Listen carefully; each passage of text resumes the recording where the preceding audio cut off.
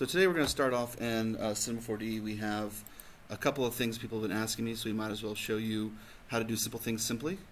And by the end of today, we'll learn how to add new material IDs, and then also learn how to do, I mean, this is probably the most amazing thing you can ever do, right? This is just magic, right? Just a whole world of these inside of VR. Okay, so when you've been in Unreal, you've seen on a static mesh, you've seen material IDs. Let's find a mesh that's a little bit more complicated, like I think this peach was just one, but still you get the idea, that we have one material ID slot. And if we needed to be able to address just a leaf by itself, we have to change everything. So how do we take different polygons and give them new IDs? So let's go ahead and do that first. I'll keep that one around in case we reference it, but I'll start off with a box today. This is Cinema 4D layout. It's probably the most dead simple 3D content generating tool. That's why I'm going to use it today. We can get a free student license if you just send them a picture of your ID. And I'm just going to make a cube, and I'm going to add a couple segments to it so that we have more geometry to work with. Great, and you can't see that because I'm not displaying my lines, and now we see that I have like a cube, and I can rotate around it and see that it's a cube. Okay, and what we're going to do today is take this cube, copy and paste, and we're going to turn it to a sphere. There's a lot of modifying things we can do in Cinema 4D, and they're this list of modifiers. And I'm going to do a thing called Spherify. We can bend it, we can twist it, we can wiggle it, all these kind of things that would make it have like better gravity responses, all these different kind of more intuitive animations to your characters, so that you're not just like scaling inside of Unreal, you're actually doing kind of point manipulation inside of content creation tool. So take the Spherify, and I'm going to drag it underneath my sphere. And you see it bends and shapes it, right? And then come up to 100%. And now we have a sphere that has the same point count as our cube, so they can be morphed to each other. I'm going to go ahead and make this editable, which means, oh, that was already, let's go back to the beginning. So these are primitives inside of Cinema 4D, and they're so I can do like really symmetrical changes to them. I can still construct new geometry very easily, like I can add new segments and add more points and lines and stuff. So we need to actually turn this from these primitives into actual geometry. And there's this button called Convert a Parametric Object to a Polygonal Object, polygonal being the word of the day, or it's the C button. Boink. And so now it's not a primitive, it has polygons. And the same way here, it's got polygons. Let's paste, and let's name the sphere, and now we're back where we need to be. And I'm going to spherize it, and put it underneath, and there you go. Cool. And right now this is a modifier, but I need to commit this to geometry. And that's what I was trying to do earlier. I was trying to current state to an object. I think this will be what I need. Great, so my sphere is actually right here. I can get rid of this other one. And I've got a cube and a sphere. And they are the same amount of polygon counts. If I right click on my cube, and I go down to character tags. This is a pose morph. This is most often used for mouths and eyes, right? So as you imagine, it's under characters because this is how you animate facial features, not just crazy fun square balls. So pose morph, and I'm going to edit points. All these other options are available. You can just edit. You do all sorts of animations to it as long as it keeps the right amount of animation. Same amount of point counts. And I take the sphere, go back to my pose morph, and drag my sphere in there. And I'm just going to say yes. And if I take this little slider for strength and hide my sphere, you can see that now that little tag allows it to morph, right? And I could just take single polygons and drag them anywhere and morph it anyway. So that's point taken. This one's not really doing anything. I'm going to get rid of it. And so now I have a morph target called sphere. I'm going to save this project in case I need to come back to it later, somewhere in my imports, and we'll just call it morph test. And let's do the other thing I was talking about, which is let's talk about the material IDs. If I put on just a material, right here we have like a plain material, I'll give it some sort of whiz-bang color, and we put it on, this material is on everything here. But if I were to come over to my polygon select tool and actually select a few objects, a few polygons, excuse me, there we go.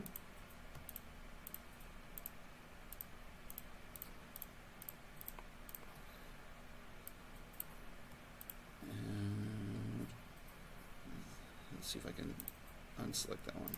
There we go. And I now make another material. We'll make this another whiz-bang color. Green. It gives me the selection set. Okay, that triangle means it's a selection set, and I can select it and deselect it. I can also go over here to select, and I can inverse select and select everything else. Inverse select, invert. And now it's selecting the other parts of my geometry. If I add this pink back on, or a fuchsia really, it now has a selection set next to my fuchsia.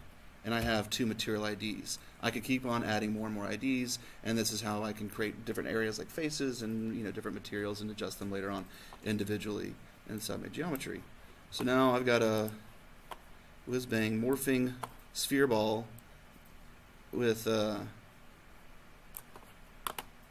different materials. Save this again, and I'm going to export this to FBX. Cool. And this will be called morph test is fine. There are different versions of FBX. In general, it's safest to use 2014. Don't ask me why. It's just where everyone's like, it was good. It was a good year. Let's just stick with that. I don't know what happened. Maybe it was just before everyone really knew that Trump was going to be president. I don't know. But actually, we need to go as current as possible. We need to dive in and really, we need to do it as recent as possible for this morph target features. If you're ever doing morph targets, try to use the most recent version. Your digital content creation tool will allow you. I'm going to include animation tracks and bake all frames, but this is not really. I think all I need to do is include this PLA to vertex cache. PLA meaning point level animation. Okay, because that's what we're doing. We're not animating the position rotation of this stuff. We're animating the points. PLA, point level. And textures, materials, of course. And then we have now a morph test. Cool.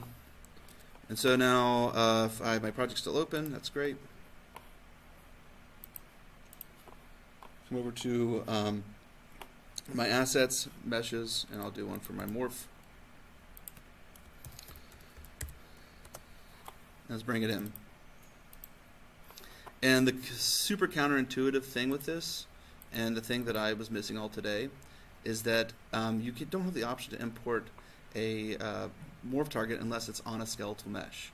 And that's just the general workflow, and that's just a big red flag. For doing morph targets, even if I don't have a skeleton, if I say import as a skeletal mesh, it will give it just like a zero root bone. And it just has to be a skeletal mesh to be able to carry the data. That's just the FBX kind of rules to be able to carry a morph target. Now that I have this as a skeletal mesh, it imports morph targets. Okay. This just means I didn't use Maya, and it's a snob. And then if I go into my cube, now right here you see this weight mapping. Inside of Unreal we've got this, and we have negative as well, so we can go both ways. That's pretty cool. All right, so let's put this back at 0. And you saw the materials are there. We got one right here. The other one's about to pop in. And we have 2 IDs. We can highlight this one. And we can highlight, or we can just isolate. So here's just the other one. And then the other thing to note is that this is a single-sided object, and we got into that last week, where we we're looking at a sphere with inverted normals, right? And we wanted to do an inside look as well. So I can easily find an inverted normal version of this. If I want to just come back over to Cinema 4D real quick. I'm not going to export this because it won't have the morph target on it, but I just want to show you that it can be done. You just take these objects. Let's hide this guy and bring back our sphere. This guy only has geometry on the inside. And if I wanted to actually make it double-sided with geometry, not with a material, I would select all, just Control A, and say Mesh, and then I would invert the normals. There we go. Reverse normals. And now you can see this, everything's going to turn kind of blue. That means they're all facing inside. And then I can copy, paste, and then I can re-invert it or something if I want to. Now it's facing out, and I can just take these two objects, connect them, and delete the extra. So now this is a sphere that if I were, let's just go ahead and bring this in.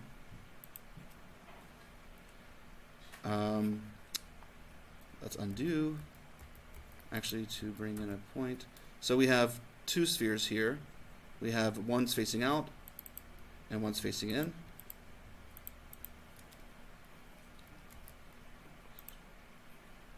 So this one's facing in. Let's add in a new material to it. That's this really awesome color. And then we'll come over to the other one, which is facing out, and we'll give it this snazzy color.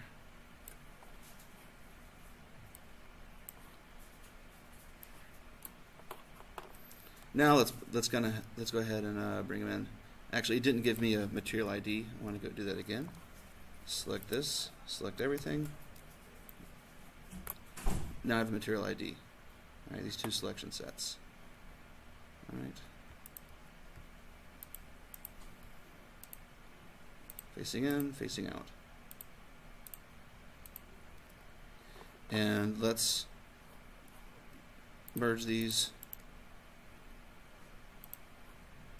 And I'll just like bring it over to a new thing so I'm not dealing with the other one. And export.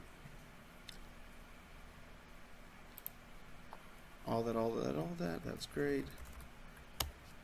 And we'll call this sphere double-sided. Sure, all that. Back over here. Sphere double-sided. Bringing it in.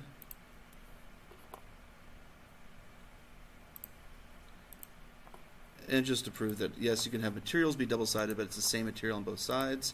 And if you really wanted to have a two-sided object with two different materials, this, and now I'm inside.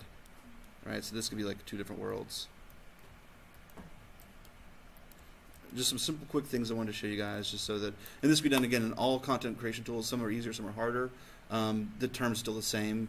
If you have any trouble, just let me know. We'll search together for the tutorial. I have no problem learning this stuff. I have to learn this stuff all this summer anyway, because I have to teach this in the fall. So I have to actually know how to do it in Maya. So that's my challenge for the summer. What's yours? All right. So so we're back to new material IDs. Check. Double-sided. Blend shapes. Wow. Look where we got to already. So let's go ahead and talk about making a scalar parameter. Let's make only one of these material IDs glow, and let's make the thing kind of also start growing and changing shapes, right? I'm going to create a simple new map to test it all out with, because this is just a bunch of junk, right? I don't really make an arc here. Great. Let's move the player start back so we have more of a theater, and we don't need the double-sided. That concept already has been proved. So let's just bring in the morph, which is the skeletal mesh. It lives right here. And let's rotate around so we can see our whiz-bang paint job. There we go. We'll keep it a little on the edge right there. That looks good, a little offset. All right, so we have this material, and we have these two materials, and we're going to address them individually. So this material 1, we've already done glow. It's no problem. We can continue to do glow. Let's add in either I can hit a 1 for a constant and then convert it to a parameter, or I can hold down S and click, and it just gives me a parameter. And we're going to call this green glow. I'm going to multiply it by the color.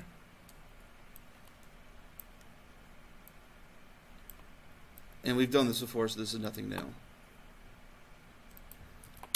And now you know that we can make a material instance of it.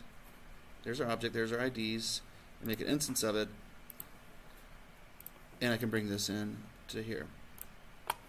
And then we know that we have these, this parameter is now saved in, or we've allocated more resources to it so that we can derive it in real time. One second, let me go back real quick.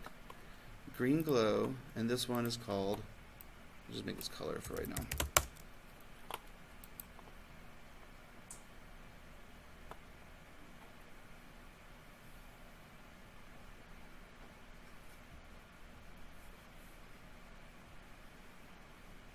So that none should be changing to the word color.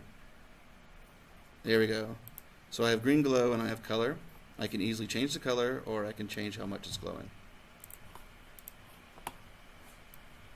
Cool. Now, it's an instance material, but what we need to do is make it a dynamic instance material. Okay? So when we do event begin play, we want to make sure that we have changed it to a dynamic instance material, and then we can adjust the scalar parameter and adjust the color and everything. So let us go into our level blueprint.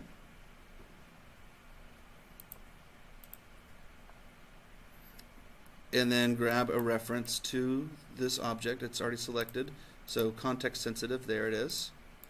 And on event begin play, we want to create a dynamic material instance. It's going to make me hunt for it. Create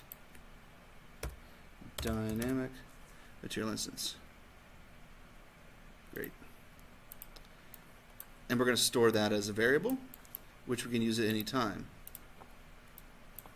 And this one's, we're going to call this green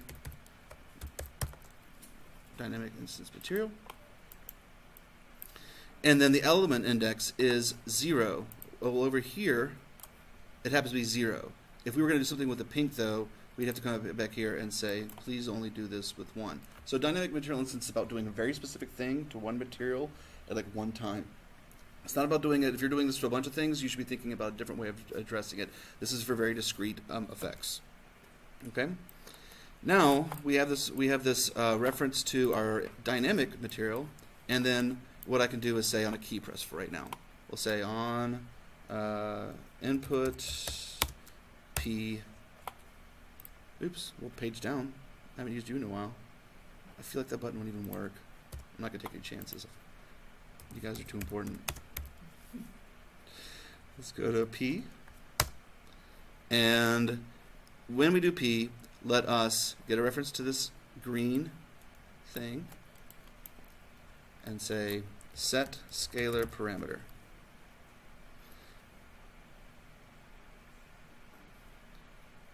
There we go. And we gave it a name called green glow. And then the value has to change, and that's what we used a timeline for. We could say timeline, which will be the very last thing on here. Glow. We'll play from start when I hit P. And then I can even say when I release it, let's just say play in reverse, actually. That'd be more fun. And then we'll update it, and let's make a track on the float track. And we'll make it glow to like 50. So it's going to start off with time 0 and the value of 0, or value of 1, right? Because we're starting off, if it was 0, it'd be black on the emissive channel. And then we'll just make a random key and then give it the exact time of 5 and then 50. Inside, everything looks good to me. Oh, let's hook up the data. There we go. And let's try it. Play. looking at it, P. Maybe have to click inside. P. There we go. All right. And then let go. It's going to come back. Cool. Let's go one further, and let's also add another track. There's one right here called Color Track. It's actually like a gradient tool, and we can make it go to this top. I think is alpha, and the bottom is alpha. The top is color. So we'll make a change. And of course it's going to start off with green. So what I'm going to do is I'm going to make it completely transparent so that it can fade into whatever color we're going to use. It's pretty smart. It's going to lerp all the way through yellow to blue. That's just going to be gorgeous. And so this color value that's going to come out is actually an RGBA, and that's known as a linear color structure, or a struct is like a combination of a bunch of different data types. So linear colors is basically what it is. And we're going to set scalar vector parameter, because it's a vector, it has multiple scalars. Set scalar, or set vector parameter. Boink. There we go. Drag it in. Parameter name was just color. I think it was lowercase. You can refer it right here. It was all lowercase. And I think it should be good to do it on the other side, but let's go ahead and sequence it so we can do both on every frame just to make sure. So do this, and then also do this. If we want to be a little bit more neat and tidy, we can double click on these and kind of arrange it in a better way. Right, we're so organized. There we go. And let's give it a shot and see if it works. Holding down P changes colors, glows at the same time, so we kind of lose what the color is.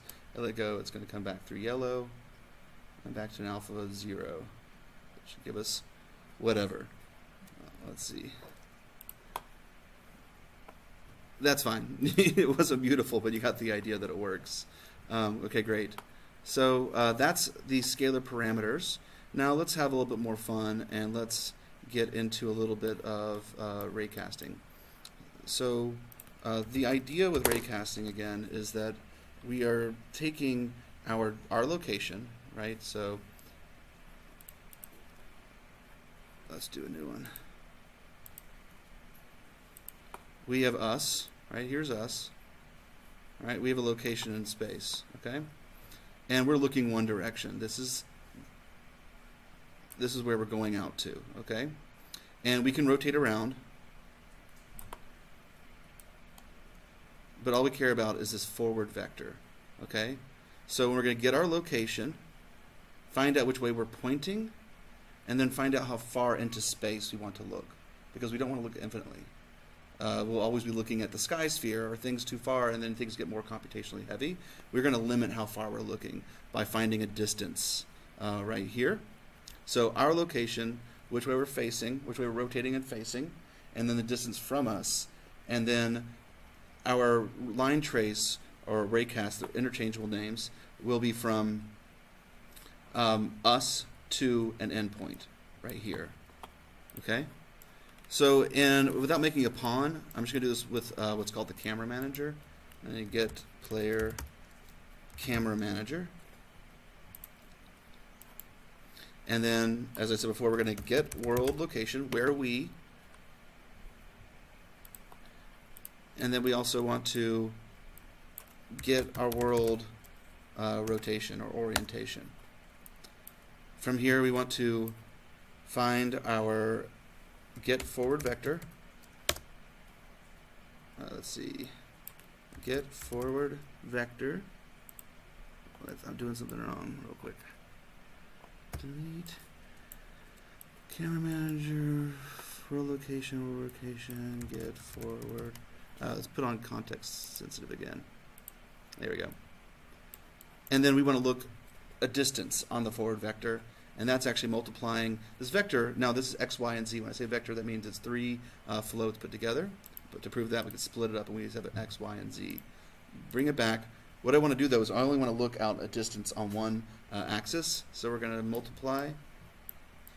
We're going to multiply. We're going to multiply. There we go. By a float. Unreal units are centimeters. I'm just going to look like 1,500 centimeters in front of me, which is more than enough for this cube that I'm on. And then what do we need to do? We need to line trace, and we're going to line trace by channel. The channel is by default is visibility. Anything that is visible, we're looking at. Don't return anything that is a that is invisible. That's not part of our scene. Yeah. Is this also base tracking, raycasting? This is raycast. So raycasting is like the generic term. Unreal has a whole bunch of different kind of traces. You could trace with a single point. You could trace with a cube, with a sphere. You can do a bunch of different traces based off of like how granular you want that collision to be. So these are different kinds of raycasts. Yeah. That's why I was kind of saying for our intents and purposes, it's the same thing. Cool. So our start is where we are in the world, and our end is where we want to look at in the world. Oh, and where we want to look at in the world wouldn't know unless we actually added it to where we are in the world. So this is a vector plus a vector. And that's the most vector math will do. Cool? So we are going to be taking our camera from where we're at, looking down where we're looking, rotated, and then the distance is the end of our line trace. Okay? And I want to debug it so we can watch it. And we'll do it for the entire duration. And now how are we going to trigger this? Like, how are we going to look at this? And I'm going to let's just always look at it. Trace map. Cool. So now, every frame I'm looking out and seeing things. All right, what does that information give us besides you are hitting something, you're not hitting something? Well, if I add in a couple more objects, like a glorious cube, and a awesome cylinder, and a suave cone, we can actually find out where these objects are, where these objects are called. Okay? This is all information is available to us if we take out this hit and break our hit result. This is everything we get in real time without any computational effort whatsoever. It's really, really powerful. We can find out, first of all, if we're hitting something. That's obvious. Just tell me when I'm initially overlapping it for the first time. How long have I been overlapping this one object? How far is it from me? Where's its location in the world space? What's the angle of impact when I hit it so that I can place things on it in the right orientation? What's it called, and all these, like if there's certain bones, all this kind of stuff. Right now, let's just print out a location.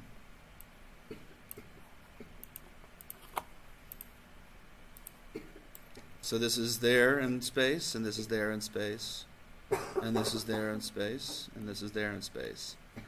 And this is where it's ending, where it's terminating.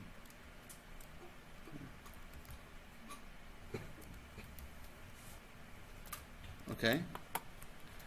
But what's it also giving us? We can find out what it's called. Let's find out what the hit actor is. And say, look at my display name. This is the exact name that you give it in the world outliner. If I change one of these, like if I change this cone to be, you know, don't look at me, exclamation point. Let's use this shy cylinder. Oh, we'll let you do exclamation points. Point taken. We have morph test cube, cube, floor. Don't look at me. Don't look at me. Don't look at me. Okay, well, I'm looking at you. Don't look at me. Okay, so let's trigger this whole morph thing to happen, and also the glow and all the other kind of stuff off of a gaze. So what I want to do is, I don't need to print right now. I'm going to say, let's take a look at it. if the thing I'm looking at has a display name that is morph test cube, then do something, and that something will be, let's start the animation first, okay? So let's do that on gaze. If equals morph test cube, I'm actually going to like single click this and actually get the name. So because it's context sensitive and I don't want to make it harder on myself than I need to. If this return name is equal to that name, then we have a boolean that says yes, do something. If it equals, and branches our if statement, I want you to start an animation. Let's get a reference to this guy. And morph, set morph target. What's the name of it? Sphere with a capital S. What's its value? Well, let's make it grow over time. So let's get another one of those timelines. And it's going to be called morph. And let's make it go from 0 and 0 to 1. Oops. Joink. At time 5, go to the value of 1. There it is, there it is. That fits in the side of the window. Great. And we're going to make it just kind of like we did with the glow.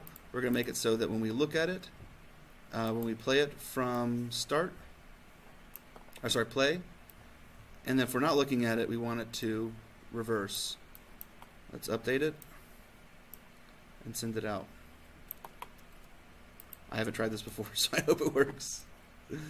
Alright, so, oh my god, it's working. And look away. We're getting messy now. This is going to be a lot of fun. That's really cool. One thing I want to see is it's continuously playing it. So if I'd said play from start, it would keep on restarting. So one flow control node that we haven't like looked at before maybe is to do a do once, so that it only triggers it once. And it sends the initial play. This worked fine for right now, but in other cases it's good to you guys to know that you can't just like continually ping something to start. And then what we would say is, I don't know, reset if I get to the end.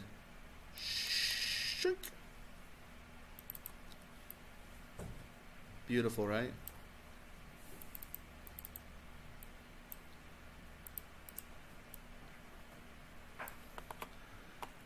So once I start it, I can't start it again unless it finishes. You know, whatever the logic you want it to be. I just wanted you guys to know that this one's here. So now I'm starting it, and if we go over to this map, you see it's not going through again until I get to the end, and then just reset it. Cool? So this is all the flow control stuff. So you saw that finish thing shows kind of where it gets the beginning, and actually when it says finished, it's where it gets the beginning and to the end. It's not just to the end. And that super confused me for a while, because I was like, every time I restart it, it keeps on triggering it again. So let's say you're doing like a map, and like you want to load another map when it gets to the end. This morph target can have the one last one we haven't done, which is an event track. And my event track, events out. I'm not going to use exclamation point. I feel like that's going to cause me errors later on. Let's just take it out. You guys know that I'm emphatic, that's all. And let's go ahead and put a point at the end. And I'll leave it a little bit further in from the end, just in case there's a chance that, like, when it gets to the end, it doesn't send out something on the very last frame or something. That's my paranoia. And then we come back into our event graph. We now have this event that triggers out, and I'm just going to print a string saying you won, and we can move on to the final cutscene. So now when I look at it, when it gets bloated all the way to the end, You won. So now we can load another map, we can change a pawn, we can do whatever. We've now used all the features of a timeline, right? And this is how you can use in VR gaze tracking to select items. Oftentimes it's a circle that has to complete, it's your standard UX objects, but they're floating in three-dimensional space, not attached to the head. They're usually floating. There's an object called widgets, which are our Unreal Motion graphics, and we may get that to another day. There's already enough going on today. All right, cool. That's all really exciting and moving forward. So we kind of did a glowing orb. We did vectors. Well, yeah, we did the color change. So let's start talking about different ways we can use our scalar parameters. So I'm going to make a generic asset that I'm going to use a bunch today, and it's going to be called BP sphere, and it's going to have, yep, you got it, a sphere inside of it. In this sphere, I'm just fine with the basic shape, basic color, and I only need one material for it for right now. Let's do our material, and I'm going to make it a rubber ball material. So I'm going to say M rubber parent. Type down 3 for 3vec. Right click on it to turn a parameter called color. And then put in the RGB and the A into base color. And then I want to make this a no metal, no specular, very matte ball, so that it looks like it's like a racquetball. It's a very pleasing color or material. If we were fancy, we might make this a what is that called? Fresnel. That'd be fun. Just make it white, just so it has a color to start off with.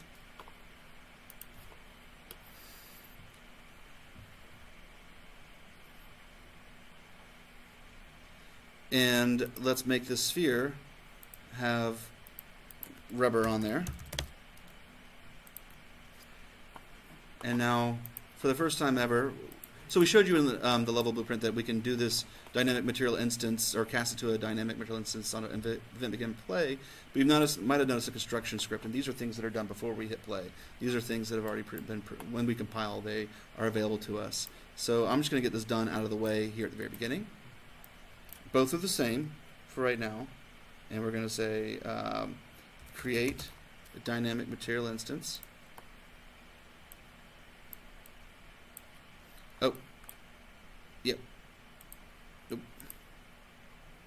Let's see, which is called rubber.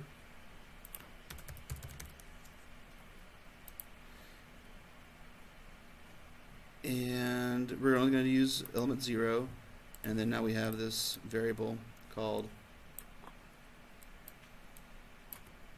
rubber dynamic instance material, or material instance dynamic. Either one are interchangeable. And now my event graph, I could say when I hit play, I want you to set vector parameter value, or actually that's getting ahead of ourselves there. Let's bring this out and say set vector parameter value. And right here, we'll say maybe like get random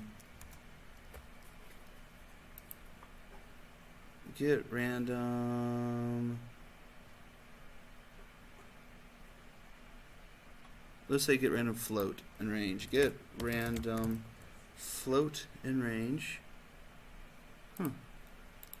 Get random numbers in stream. Let us see what the heck is going on here. That's called color. No. Oh, it's not get random, it's just random. So we can say a random float and all this kind of stuff. We'll say a random float in a range from 0 to 1. And let's split this up. And go boink, boink, boink, and then keep alpha at 1 so we can see the color fully. Then, if I bring this blueprint into my world,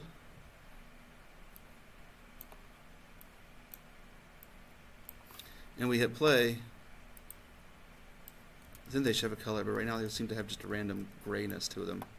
I wonder what I'm doing wrong there. Oh, because I'm using the same one. You guys should have stopped me. That was obvious. It's kind of hard sometimes to think and talk at the same time. All right, so now we hit play. Surprise! Surprise! Easter egg hunting, right? Just in time. Boink. But if we use it in the construction script, and this is just a small point I just wanted to show you.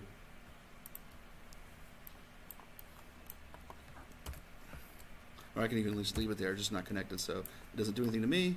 Back to this construction script, and put it to the end of this little train. We don't need that because we can connect it straight through. Now, they're random when I bring them out. Isn't that cool? And as I drag them around, it redoes the random on the construction script. So there's that too. And they keep the color though, so it doesn't change randomly. So I can actually place these random colors in place, and I have another way of building worlds. Okay? And I'm also making this thing bloated, and I won. There we go, every 5 seconds. Cool. Moving on, slowly. Look at that. Look at that. We're so far. We're halfway. And it only gets harder. So I have a pawn I've already made. I have lots of things in here. Let's find my pawn. Oh, VR pawn. There we go. Now I'm going to take all this code I used for my... Well, that's a mess. That's also a mess. Let's use this, though. Just because I'm lazy. We're going to take all that, and let's throw it into our VR pawn. Don't need you, don't need you, don't need you. I'm not a fan of you. Done with you for a little while. We'll come back. All right, VR pawn. If you guys remember, we jousted with this guy. We put him on a track, a roller coaster. All right, so let's also make this come straight from our VR pawn. It'll be hard to see because it's going to be coming directly out of the center of our head. But as we move around, we'll see where we leave it behind. Okay, just like we kind of did back then. So let's bring it in, and on event tick. Are you all working? Everyone worked. Great. Event tick. We're going to send this debug, and let's make sure that we disconnect the other one so it doesn't get us confused. The other one would work as well, but we're going to lack functionality soon, and I don't need to have it redundant. So now, if VR preview works, yeah, sure, go for it.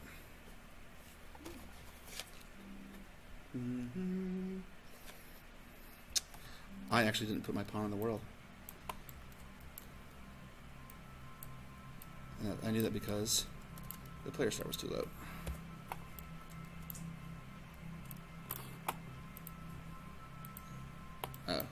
Let's get the camera, and that's how we're going to get our world position. Great. So this camera was already built when I did, refer back to week 3 or week 4. We made this, and there's a camera inside of this pawn. And now instead of being the camera manager, which is more of an abstract term, now I understand that just my camera that I'm looking through is going to have my trace. So, right? And so you can see how, without a controller, with a Gear VR, we now have functionality that's super powerful. It's where you're looking, and then it's about sound and timing to know when you're looking at something for long enough. But I don't need it to be from my head. I want to now add in my controllers. So we can just as easily do this from controllers. Wolf, wake up.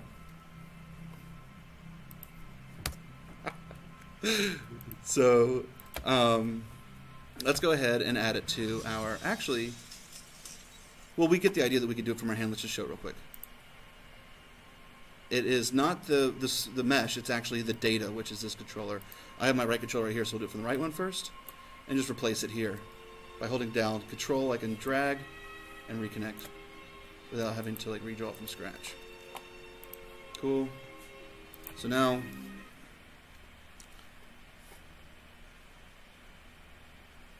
very good. That's not working anymore. Oh yeah, because we disconnected that. We'll get back to all this stuff. I'm going to go back to my... Let's do this in order. Let's talk about decals real quick.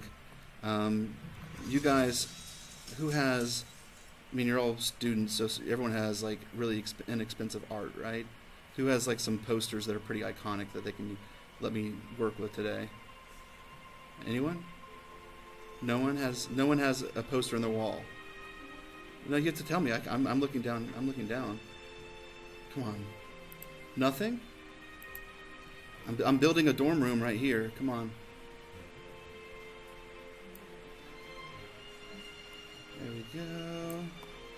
We got a little wall here. Right, and then let's go ahead and add an image. I mean, if you guys don't do it, I'm going to do like Jim Belushi College. You guys didn't yell anything out, you know? I didn't get anything for classic. Let's add a space and see where it's better. Because apparently there is a Jim Belushi College.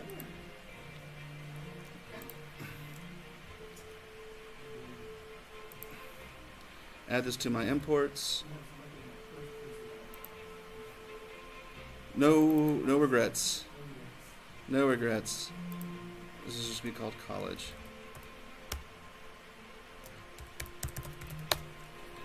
If anyone hasn't seen Animal House, I almost said Animal Farm. Watch Animal Farm and Animal House at the same time and see if they sync up in VR. It might work. You heard it here first, folks. Let's go ahead and bring in that picture. And we have college. Cool, college. He's going to be a little squat because that is, he's not square. And that's why we usually do square materials. So there's a thing called a decal, and this is how they add like blood splatters on the ground and how they add in like wetness to rocks and stuff. And so you don't have to put a whole material on something. You could put just a little bit of a material on something somewhere. So to be a material that could be in a decal, to change the material to be a decal. It freaked out, but it seems to be okay. Let's try this again. Save. Yes. What's your major malfunction? Does it need to be translucent? Yes, it needs to be translucent. You should do that for me.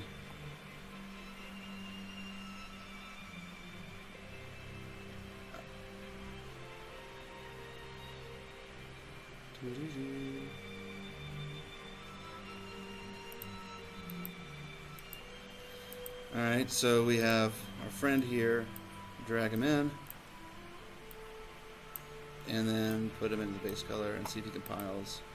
We're good? Great. I should also do a missive as well.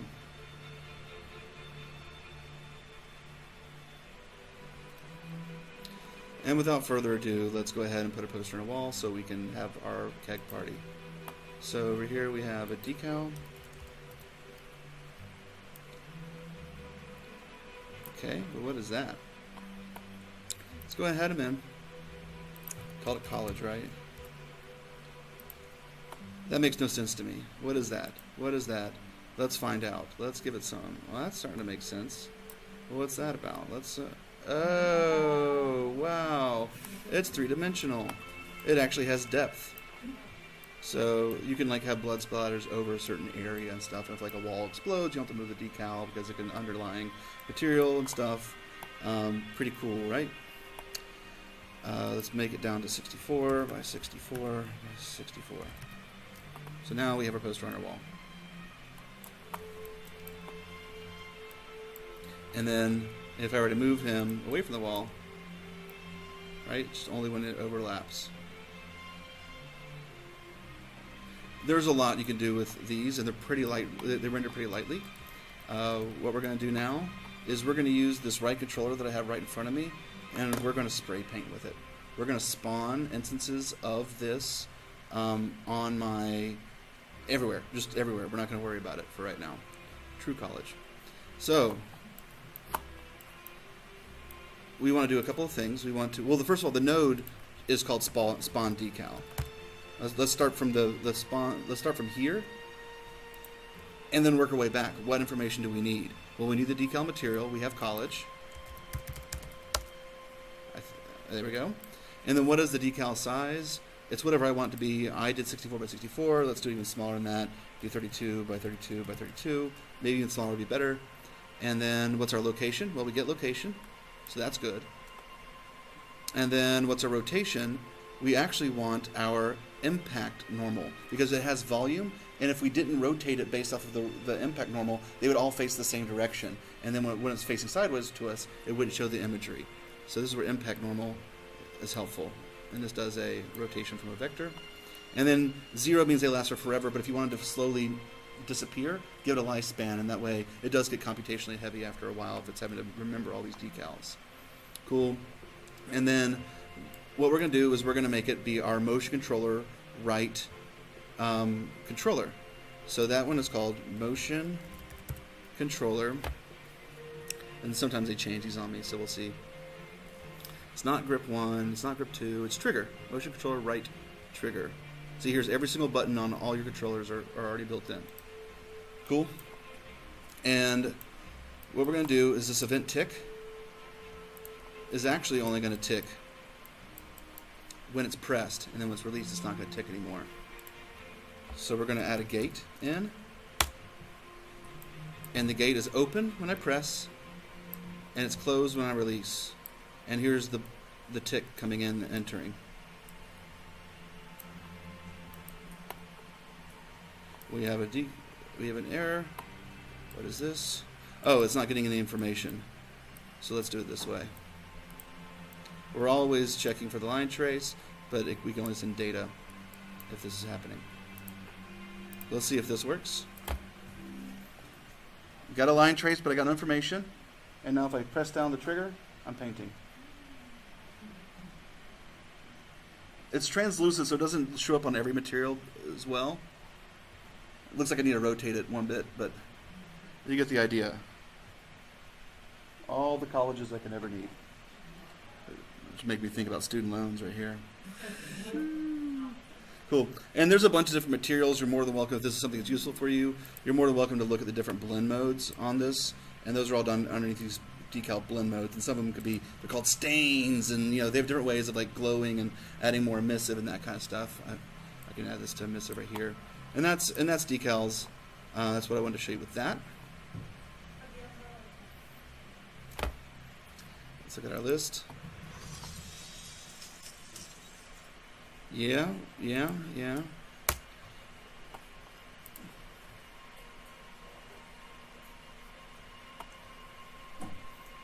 I'm gonna skip the tilt brush component for right now, just because we're going a little long, and I'm gonna go straight to spawning explosions and sounds and blowing things up, because that's where I want to go. So let's take our other controller and do a line trace.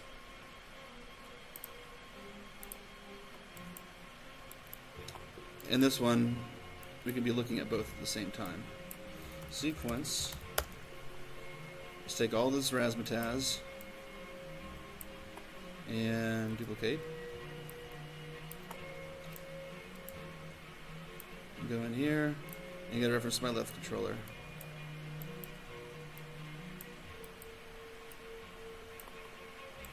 Cool. And what we want to do now is when I click the button, just when I hit the left control button, when I press it, I want it to spawn a, we'll see what we can spawn. Let's just try it real quick. So when I hit my motion controller, or let's just do trigger and see if that works. Trigger, motion controller left trigger, that's gamepad, left trigger. I want to spawn a emitter at location. So particle, I also want to spawn a sound at location. Let's just do that. And then I also want to spawn I also want to apply radial damage. So what's going to happen is that when I press this button, we are going to do a, let's see, explosion. And I think this I'm cheating because I think explosion has a sound built into it already. And it's at the location. Let's do location. Bring it down.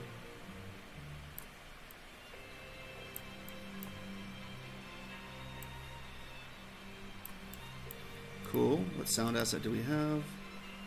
We're going to make it be collapse 2. Who knows what it sounds like? What's our rotation? That's our input normal. Scale is fine at 1 to 1. So we're spawning an explosion. We're going to make it go kablowy.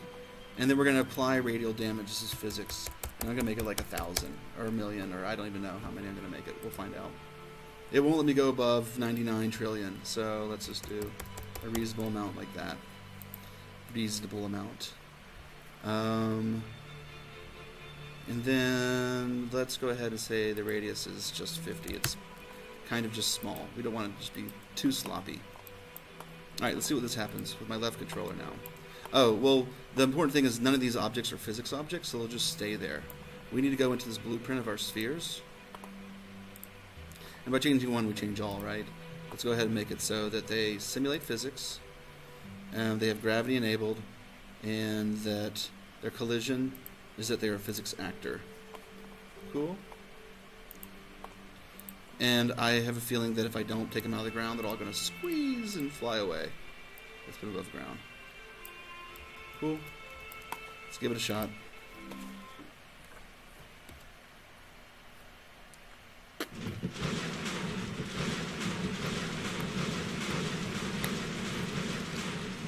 You can hear that it's happening, okay. But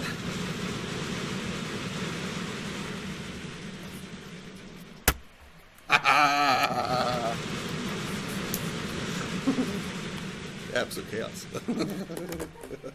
So that tells you VR is the best thing to develop, right? Instant gratification all over the place. So my sphere is given a default value of who's a European here? Who uses kilograms? What's 100 kilograms in pounds? Anyone? So apparently 999 million is not enough to move a 200-pound object. So let's just override the physics. And this is why it takes a long time to import static measures sometimes. It's allocating not only collision, but like mass based off of size. And why it's important to import objects based off of their actual size and not scale them later on inside the game engine. So I'm going to bring this down to 1. Hopefully this will work. I don't know why I don't know what the units are that has to get so big, but let's see. No! Let's just do a non-blueprint just so we can get this going. Let's see. Did I save? Maybe I gotta save. Simulate physics. Ignore. I'm not ignoring anything. I'm not ignoring anything. Alright, let's go for it one more time. Scene root. Scene root is not doing things. Alright.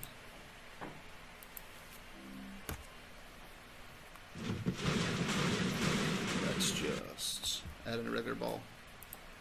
Regular ball. No big deal. Regular ball. Oh, these are set to static. What is this set to? Set to movable. Yeah, we'll figure it out. Movable. Physics. And it's a physics actor. Save.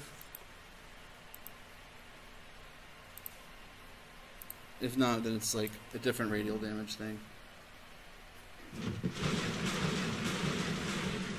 I think it has to deal with my whatever this is. Let's make this like 500 too. Do full damage, yes. just go crazy. This should be fun. There we go. I'm inside of a pool table now. There we go. VR pool. Great. So I just had to say a bigger radius or do full damage. Well, we can debug that later on. Great. So that's pretty good. Spawn, particle, impulse, random. Yeah, so one last thing we could do here is in our level blueprint, we're going to, actually no, let's make a new blueprint called emitter. Blueprint BP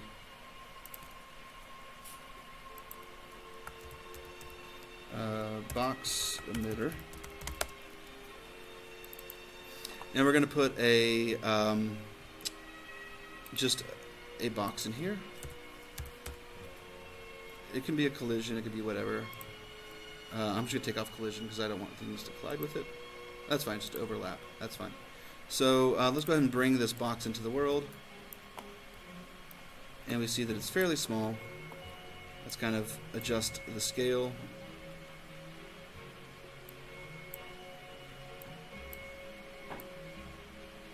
So that it's over our heads. And then let's raise it up so it's also over our heads. Cool.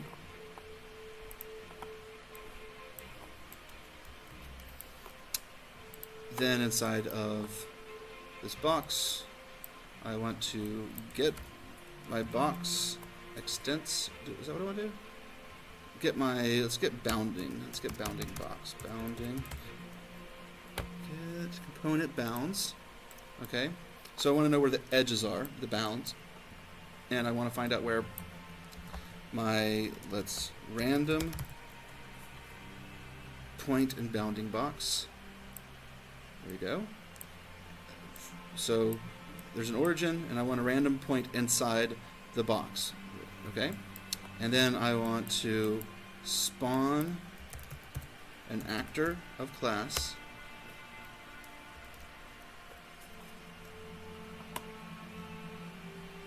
Spawn actor of class. Spawn actor from class. This was a little star by it because it's one of the most used items. We don't want that return value. We want to split this up so that we don't want to override the transform. The scale. We want to keep it the same scale and the sphere, so it really doesn't matter what the rotation is. And which class is it? It's that BP sphere that we just made.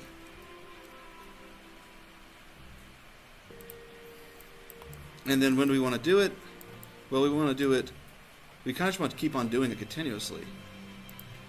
But if we do event tick, that's going to happen like 60 times a second. So there happens to be, inside of my blueprint default values, a thing called tick interval. If you do it if you keep it the default at 0, 0, it always will tick as much as every single frame. But if I change it to 2, it now will only tick once every 2 seconds. And I can use this as a timer that continuously spawns things at me. So now in my world, there we go.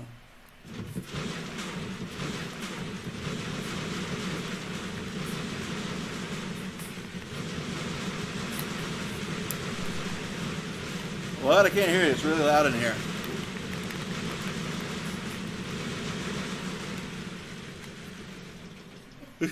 That's why I wanted to have the whole TV wall working today. I know I wanted to have the TV wall working because I thought it would be ridiculous to have this all mirrored over there. Because it's absolutely ridiculous. So there's on this list, I got to everything, but except for like. Well, let me do one last one, guys. Okay, one last one, and this one will be quick.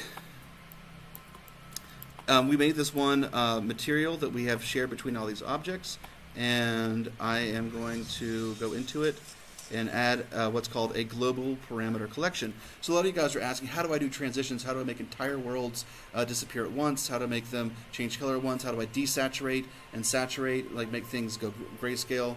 Well, that's called or will be part of a global parameter collection. We'll go into Materials, and I'm going to right-click and go to Materials, and down here it says Material Parameter Collection. Okay, it's called MPC, and then we'll just call this one Worlds on a Wire. You can use one for your entire project. You can use a bunch of them, but they're basically infinitely scalable scalar and vector parameters.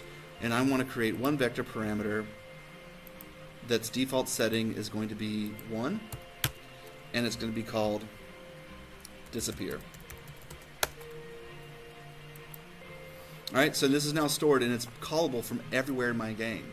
This is something that's available everywhere, and it's like a big broad stroke thing to use for transitions, for special effects. If I go back to this parent material for this sphere, which I probably gave some hilarious name, so I'll come back up here and find it this way. Rubber parent, yes. So rubber parent, we are going to do a thing where we make it disappear using a kind of a fun technique. So you guys remember when we did the Mixamo characters, we imported, the Fuse characters, imported them, and they had the crazy inverted mouth and eyeballs and stuff because of the way Unreal or game engines render transparency. It happens kind of like later on in the pipeline, and it doesn't do it very, very well. But there's still a way to fade things out in transparency, and it's a little trick that I've been using for a while, and it has a really interesting aesthetic. And what we're going to do is, instead of making it be a value between 0 and 1 on transparency or translucency, we're going to make it a value called on masked. And now masked is very easy to render. It's either on or off. Okay? But what we have here is a little material function called Dithered Temporal AA. Now, does anyone know anything about dithering? Explain dithering. Dithering. It's like an anti-aliasing. It's artifacting when you're trying to create like images and stuff. You deal a lot with dithering when you're trying to make animated GIFs and stuff like that. So what this does is it's going to basically create kind of like turn our meshes into kind of like a particle system that disappears. It just takes a single scalar value, and that value is called from our parameter collection, or called collection parameter. Which collection? And what's the one made called MPC Worlds on a Wire. And which parameter name? It's the one called disappear. And plug it in here. By default, it's set to 1, so it's not, we can't see the effect it's taking.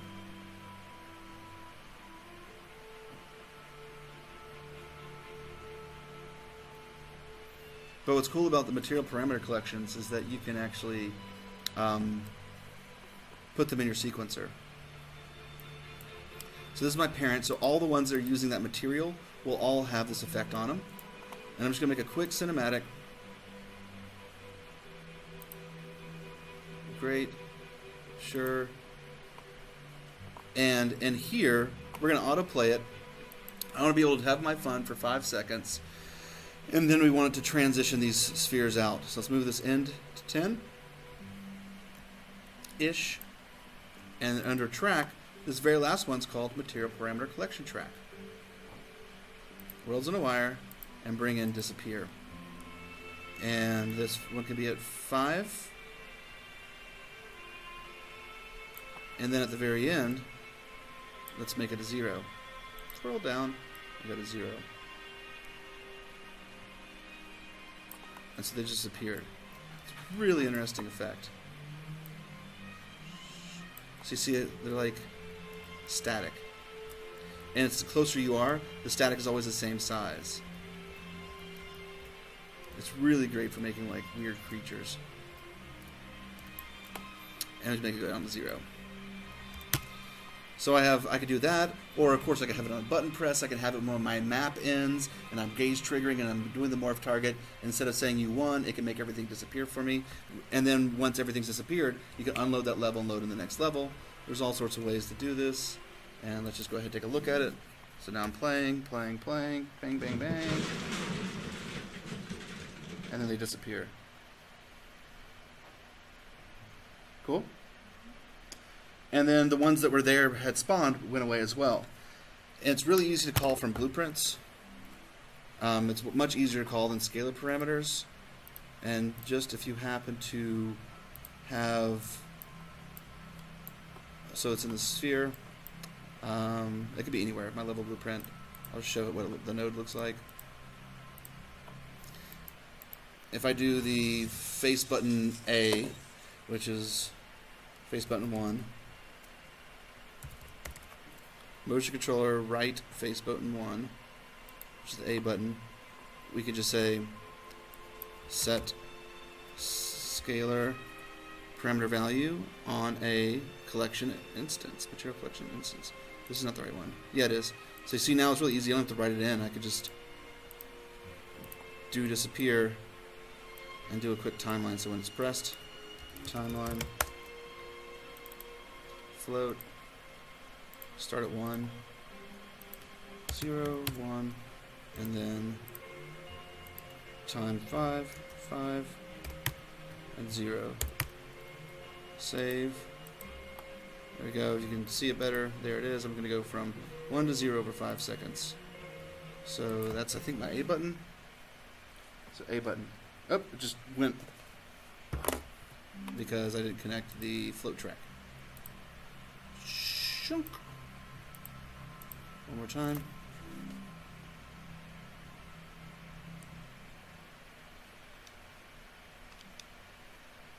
There they go. They came back. I don't know what that's about. Every time it spawns, they come back or something. Anyway, so that is everything that I want to do today. Let's take like a 10-minute break, come back and just, take a break and just start working, and I'm going to walk around and see where you guys are at. And then I'll also follow up and check up on your blog post the next couple days and get back to you. Cool?